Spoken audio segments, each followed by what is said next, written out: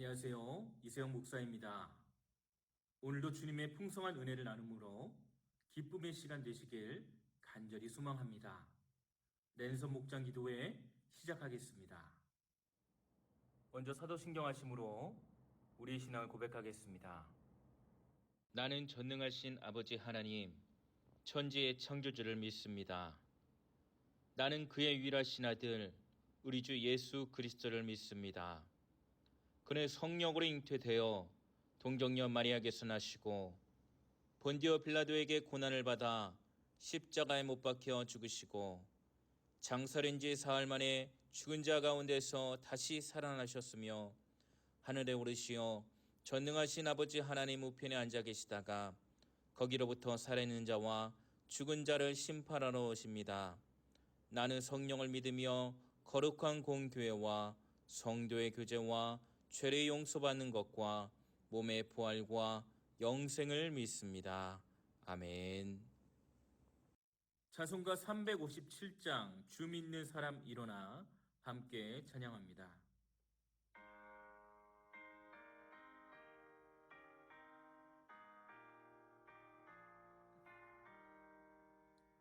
주 믿는 사람 일어나 다 힘을 합하여 이 세상 모든 마귀들 다쳐서 멸하세. 저 앞에 오는 적군을 다 싸워 이겨라. 주 예수 믿는 힘으로 온 세상 이기네. 믿음이 이기네. 믿음이 이기네. 주 예수를 믿음이 온 세상 이기네. 온 인류 마귀 괴율로 큰 죄에 빠지니 진리로 띠를 띠고서 늘 기도 드리세. 참 믿고 의지하면서 겁없이 나갈 때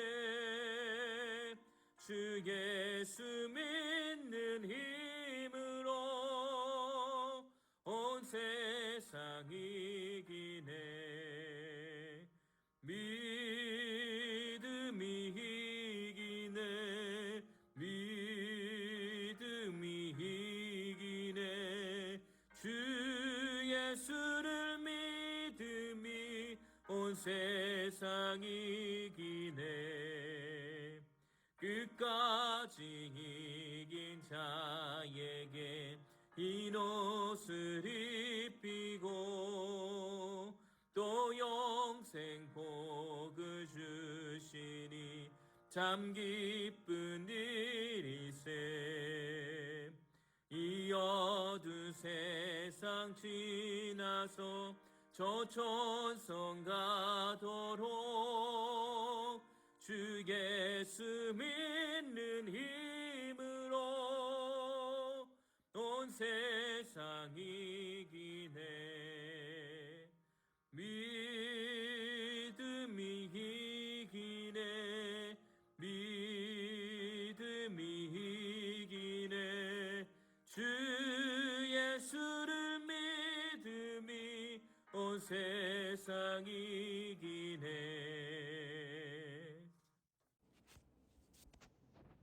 기도하겠습니다. 하나님 감사합니다. 오늘도 우리에게 목장 기도회로 모이게 하시고 참여케 하시며 하나님을 예배할 수 있도록 인도하심을 감사합니다. 이 시간에 우리에게 말씀해 주시고 이 시간에 우리 가운데 임하여 주셔서 진정 하나님의 뜻이 무엇인지, 하나님의 사람들이 어떻게 살아야 되는 것인지, 거룩한 백성으로서 어떻게 빛을 행할 수 있는지 함께 나누고 깨달으며 더욱더 하나님께 감사할 수 있는 은혜의 시간 되게 하여 주시옵소서. 예수님의 이름으로 기도합니다. 아멘. 오늘 우리에게 주신 하나님 말씀은 사무엘하 7장 10절에서 21절, 구약 473쪽입니다. 내가 또 내 백성 이스라엘을 위하여 한 곳을 정하여 그를 심고 그를 거주하게 하고 다시 옮기지 못하게 하며 악한 종류로 전과 같이 그들을 해하지 못하게 하여 전에 내가 사사에게 명령하여 내 백성 이스라엘을 다스리던 때와 같이 아니하게 하고 너를 모든 원수에게서 벗어나 편히 쉬게 하리라. 여호와가 또 내게 이르노니 여호와가 너를 위하여 집을 짓고 내 수완이 차서 내 조상들과 함께 누울 때에 내가 내 몸에서 날 씨를 내 뒤에 세워 그의 나라를 견고하게 하리라.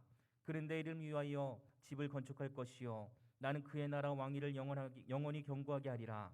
나는 그에게 아버지가 되고 그는 내게 아들이 되리니 그가 만일 죄를 범하면 내가 사람의 매와 인생의 채찍으로 징계하려니와 내가 내 앞에서 물러나게 한 사울에게서 내 은총을 빼앗은 것처럼 그에게서 빼앗는지는 아니하리라. 내 집과 내 나라가 내 앞에서 영원히 보존되고 내 왕위가 영원히 견고하리라 하셨다 하라.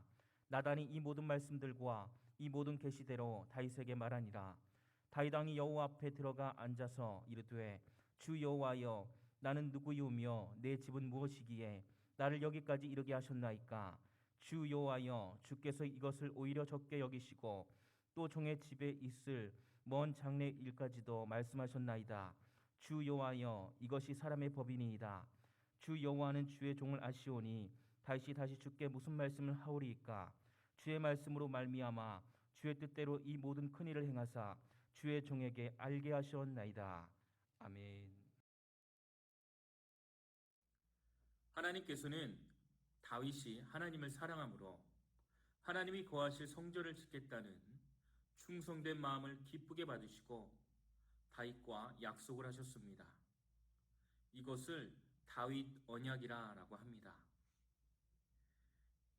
성전 건축에 대한 다윗의 마음을 보신 하나님께서는 이제 다윗 왕조에 대한 놀라운 축복을 약속하고 계시는 것입니다. 다윗이 어떻게 위대한 인생을 살았는가? 그 이유는 다름 아닌 하나님의 은혜가 있었기 때문입니다.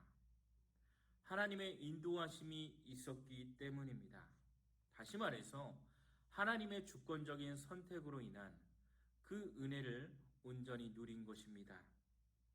양을 치던 목자가 왕이 되었습니다. 사람의 일이라면 어떻게 그것이 가능하리라 생각할 수 있을까요? 아니 그것을 생각해 볼 수 있겠습니까? 하지만 하나님께서 주권적으로 선택하셔서 또한 하나님께서 세우셨기에 능히 그가 양을 치던 목자에서 왕의 자리에 올라 있을 수 있던 것입니다.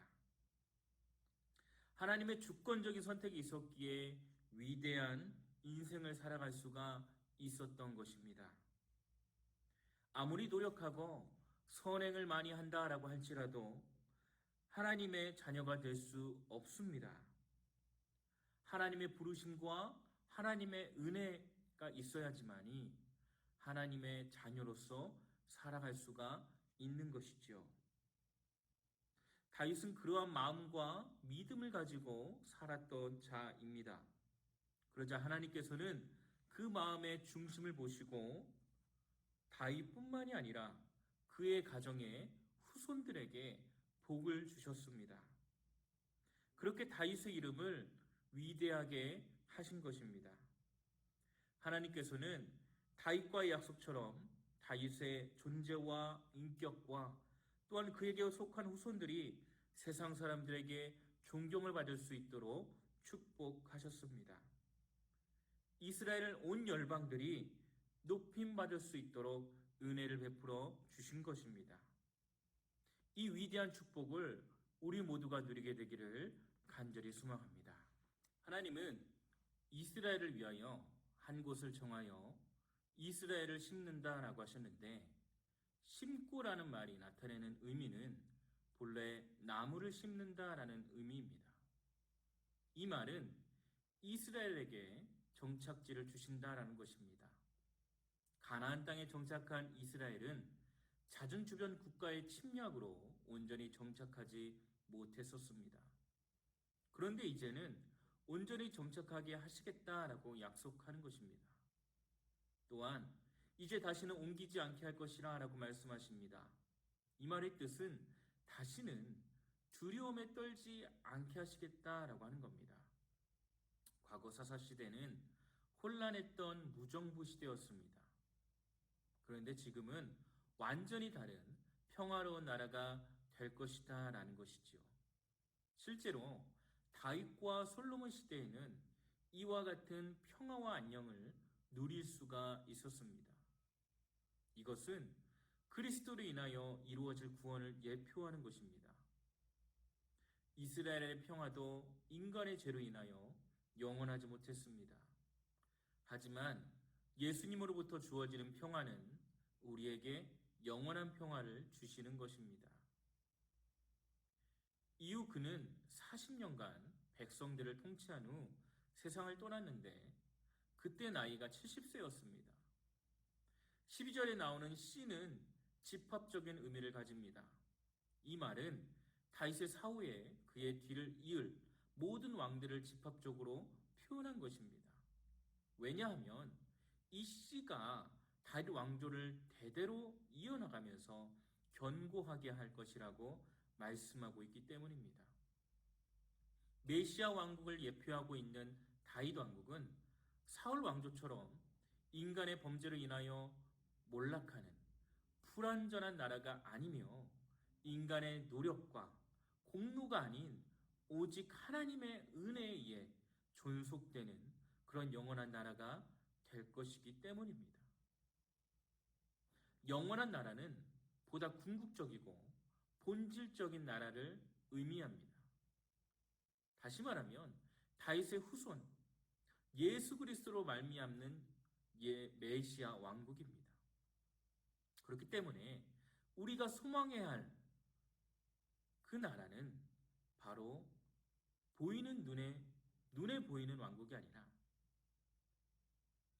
그렇기 때문에 우리가 소망해야 될 그 나라는 눈에 보이는 그런 왕국이 아니라 바로 영원토록 견고한 하나님의 나라임을 믿어야 합니다. 바라기는 다윗에게 주신 이 약속, 우리도 온전히 지키고 또한 이 은혜를 온전히 누리고 행하여서 진정 하나님 나라를 소망하며 살아가는 저와 여러분 되시길 간절히 소망합니다. 주기도문 하심으로 오늘 목장 기도회를 마치도록 하겠습니다. 하늘에 계신 우리 아버지, 아버지의 이름을 거룩하게 하시며 아버지의 나라가 오게 하시며 아버지의 뜻이 하늘에서와 같이 땅에서도 이루어지게 하소서. 오늘 우리에게 일용할 양식을 주시고 우리가 우리에게 잘못한 사람을 용서하여 준 것 같이 우리 죄를 용서하여 주시고 우리를 시험에 빠지지 않게 하시고 악에서 구하소서. 나라와 권능과 영광이 영원히 아버지의 것입니다. 아멘.